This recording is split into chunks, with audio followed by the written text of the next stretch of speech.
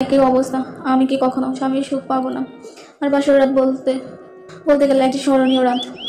এই রাত নাকি সবার জীবনে সুখের রাত হয়, কিন্তু আমার দুইটা বিয়ে হওয়ার পরও আমার জীবনে হয়তো সুখ পেলাম না। তো এভাবে আমাদের বাসর রাত কেটে গেল। বাসর রাত কেটে যাওয়ার পর তখন ভোর হলো, তো ভোরে আমি ফ্রেশ হয়ে বাইরে গেলাম, সবাইকে চা নাস্তা দিলাম। তো এইভাবে সারাদিন আনন্দ এবং হইচইয়ের মধ্যে দিয়ে পার করলাম।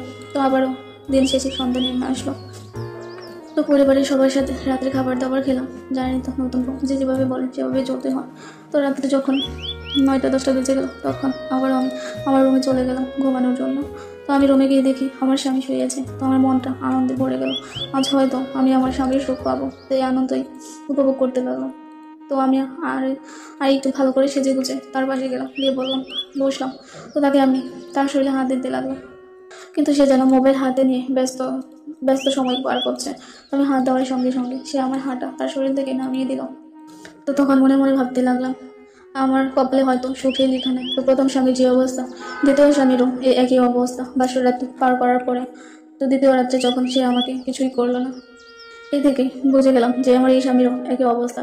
সে সুন্দর, লম্বা আর স্মার্ট হলে কি হবে? তো সে এত সুন্দর আর স্মার্ট হলেও কি হবে? একটা বড়ালা লোকের যেরকম তার যন্ত্রটা যেরকম থাকে, তারও যন্ত্রটার অবস্থা একই। তো এইভাবে কিছুদিন কাটার পর আমি যখন স্বামীর সুখ পাই না, তো মনে মনে অনেক রাগ হলো। আর এই স্বামীকেও স্বামীর মতন যে বুঝ দিলাম। তো আবার আমি বাড়িতে চলে গেলাম। তো এবার অনেক চিন্তা করার ভাবনা করার পর আমি যেহেতু বড়লোক স্বামীদের বিয়ে করে সুখ বা আমার নিজের চাহিদা মেটাতে পারিনি, তো এখন আর বড়লোক কোনো ছেলেকে বিয়ে করবো না, কোনো খেটে খাওয়া বা কোনো রিস্কওয়ালা ছেলেকেই বিয়ে করবো।